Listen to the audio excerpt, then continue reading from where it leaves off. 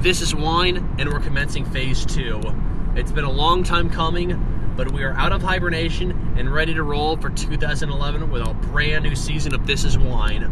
The Hale and I have just left a series of wineries. Spring is upon us in the DC metro area, and so we are very thrilled and happy to finally get back to what we're doing good at. So, as a recap, as you well know, we did Vintage Ridge last year, right before they closed their doors for the season. Well, it is now April 2nd, and Vintage Ridge has just reopened their doors for 2011.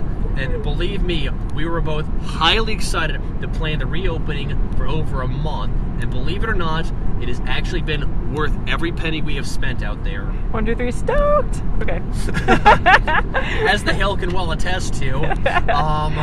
Once again, going out there has been amazing beyond any other winery that we've been to the DC area. Just to recap, as we said in 2010, the difference between Vintage Ridge and every other winery in the Northern Virginia area is not just their service or their quality of wines, but the fact it is a cross between a tapas joint and a wine bar. When they walk in there, you don't just walk to the bar and stand there to drink booze. No, you sit down at a table and they serve you a platter of food that you can mix and match with everything. We're talking not just cheese, we're talking spicy nuts, we're talking salami and spicy mustard, we're talking date stuff with goat cheese, which the Hale adores, by the way. Absolutely the best thing in the world. Well, at least according to her. Yes. And all for a very reasonable price. And don't be surprised if the owners, Bill and Vicky, stop by your table and talk to you. And in our case, at several other tables, which, by the way, VR was at critical mass when we walked in there. I mean, all tables were full. They actually poured us glasses of wine straight from the tank to tell you about it and ask for your opinion on things, which was amazing. And not just to mention that, while we were there, one of the staff members actually proposed to his, well, now fiance in the barrel room. So, a little bit of niceness with spring, because love is in the air.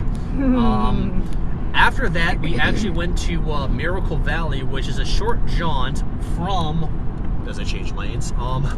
From Vintage Ridge, just across the highway, which is also very nice. The service was very excellent, and while it was very busy, there were a lot of people there doing a lot of tastings. There's 2 bars in there. It's a very small, homey area, kind of very similar to that of Three Fox Vineyards. The people there doing the tastings were very nice, very accommodating, asked a lot of questions about what they did, because people were asking questions left and right. So the fact they had a good knowledge of their wines, and not just what the flavors are, but pairings, what to expect, it was very well done for a very skeleton crew. There were, what, Hale, like 3 people working the 2 bars there? Yeah. So it was very nice. If you're looking for that good homey touch, I would really recommend Miracle Valley, because a lot of the big boys out there, I'm not going to name names, obviously they're busy all the time, so if you want that good little personal touch that people know what the wines are about and how to answer any questions about pairings, flavors, anything like that, that would definitely be the Miracle Valley touch. But I highly recommend Vintage Ridge in Rectortown, Virginia. They're going to be open from yesterday, April 1st, until early to mid-December. So, and it's a beautiful drive.